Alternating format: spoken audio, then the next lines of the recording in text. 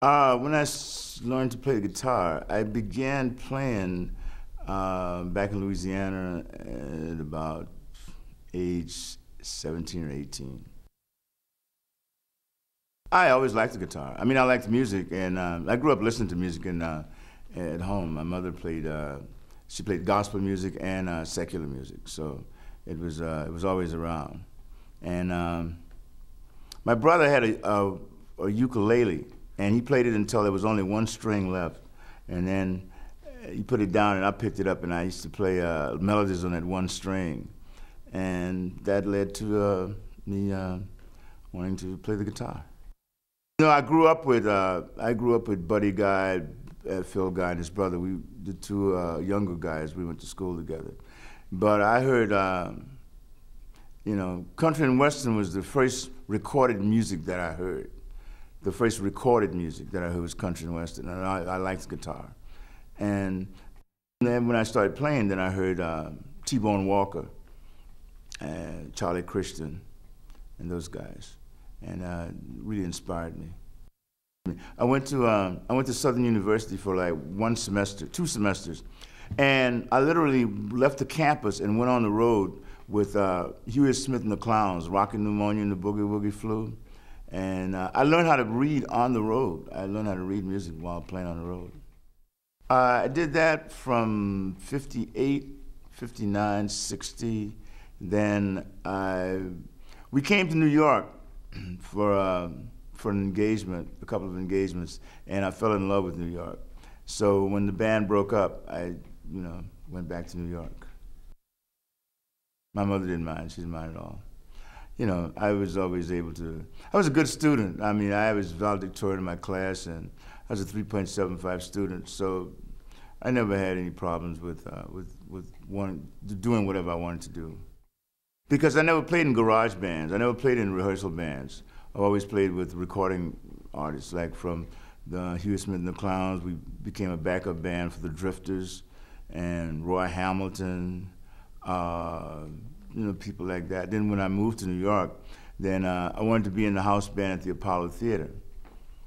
So I knew I had to learn how to read to do that, and I hated it because it was a lot of work. I mean, it's like during the week it was.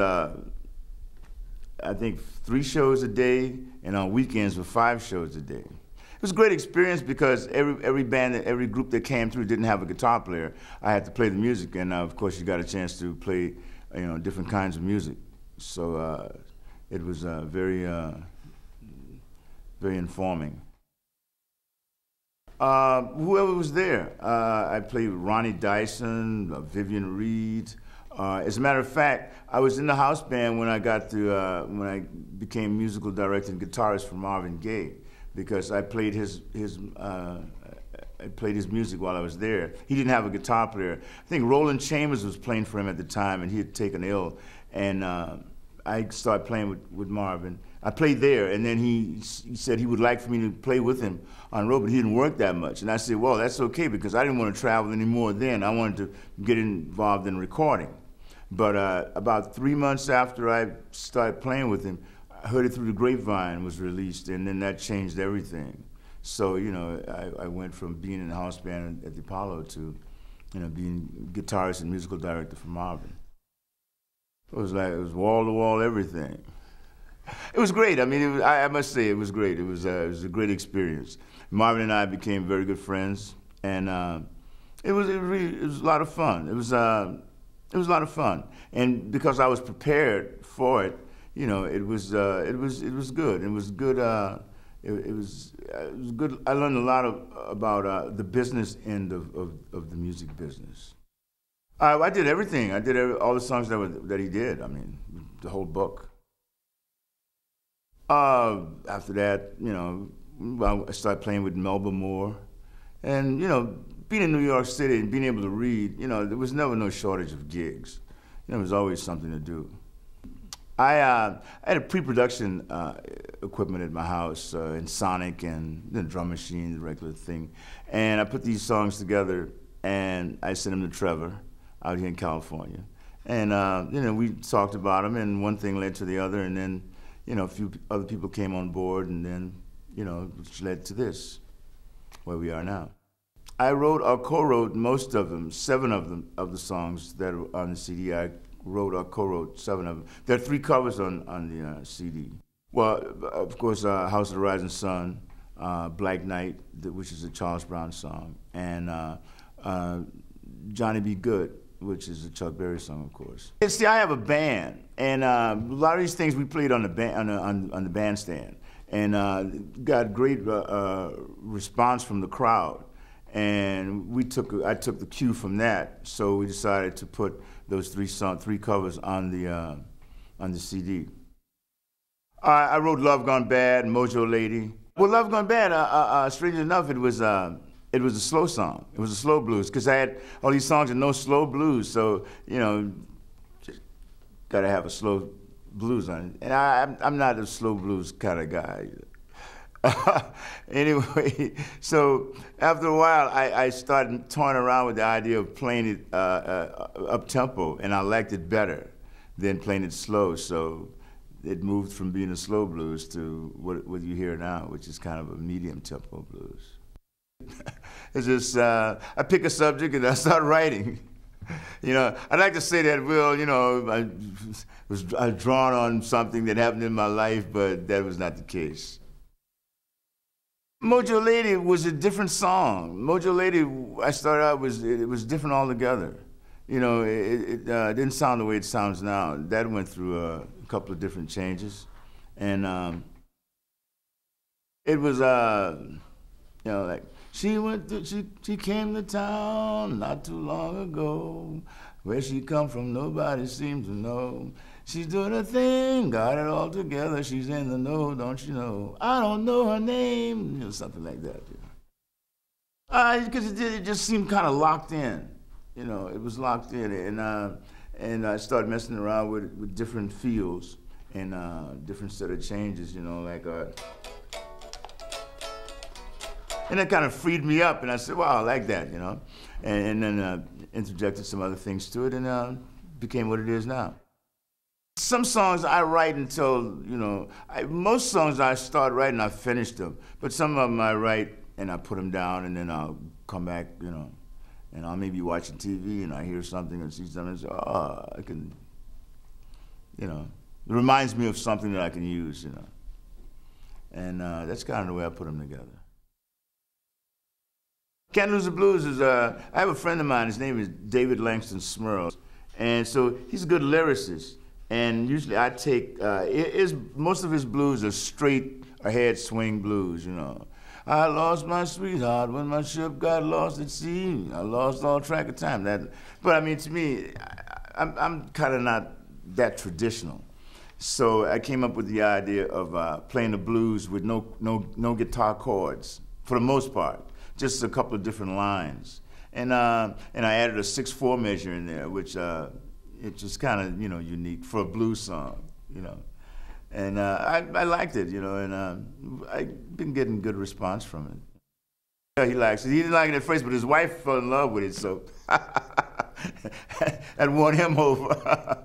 Because most of his blues, like I said, are straight traditional, you know, swing blues. Even the other one, Something Must Be Wrong, Too Many Things Are Going Right, it was the same thing. He wrote the lyrics, and there's a couple of lines that I changed in both of those songs, you know. And the other song that's on the CD is When You Run Into Trouble. We co-wrote that also. And I Got the Message, which is, I wrote by myself. I wrote that one, Love Gone Bad, and Mojo Lady. There's a club on Bleecker Street in Manhattan, in the Village, called Kenny's Castaways. And Gordon Edwards, who was the Stuff Band, have you heard of the Stuff Band? It was Eric Gale, Steve Gadd, and all those guys. He used to play there every Wednesday. So I was a guitarist, and David was the vocalist there. So that's how we met. Then we found out that he lived in Wallingford. I lived in New Haven, Connecticut. He lived in Wallingford. We never knew that we were that close to each other. You know, and that's how we started to, you know, talk about, you know, let me look at some of his songs. And when I put the CD together, you know, and I looked at a couple of his songs, and I liked those 3 songs, and I changed them around. Pretty good at like rearranging, like the arrangement I do in House of the Rising Sun. Sounds nothing like the old House of the Rising Sun, as well as Chuck Berry's Johnny B. Good and Black Knight, for that matter. So, and I look forward to that collaboration again. When I start to work on my second CD. I haven't collaborated with anyone as far as recording. I recorded with Roy Ayers and the Dixie Cups, but I've never actually, just as a sideman, I played on some cuts, but I never actually collaborated as a writing with anyone, other than David. I like the edgy ones. I really love House of the Rising Sun, and Something Must Be. I love all of them, but House of the Rising Sun, of course, Mojo Lady, and Black Knight, and Something Must Be Wrong. And of course, I Can't Lose the Blues. I don't have a real favorite. If I have to pick one, I don't know, it would probably be Black Knight. That it was just it's a very touching song. It reminds me of things in the past, that my mother, who's passed away, and it's very emotional for me, and it's kind of special for me. I don't think I played any differently, when I decided to do it. It just was the arrangement, and only after I recorded it and listened to it, that it became that special song for me. I knew I wanted to do the song, and I knew I wasn't going to do it the way Charles Brown did it, slow. I knew I wasn't going to do it that way. And only after I recorded it, and because I always do the tracks first. I make sure the tracks are done. Then I go back and put my voice on it. Only after I heard me singing it that it became special for me, The one thing that I really like about, doing this CD was the opportunity to have a DVD as well on some of these songs, and that's very special to me because I get a chance to see how pretty I look.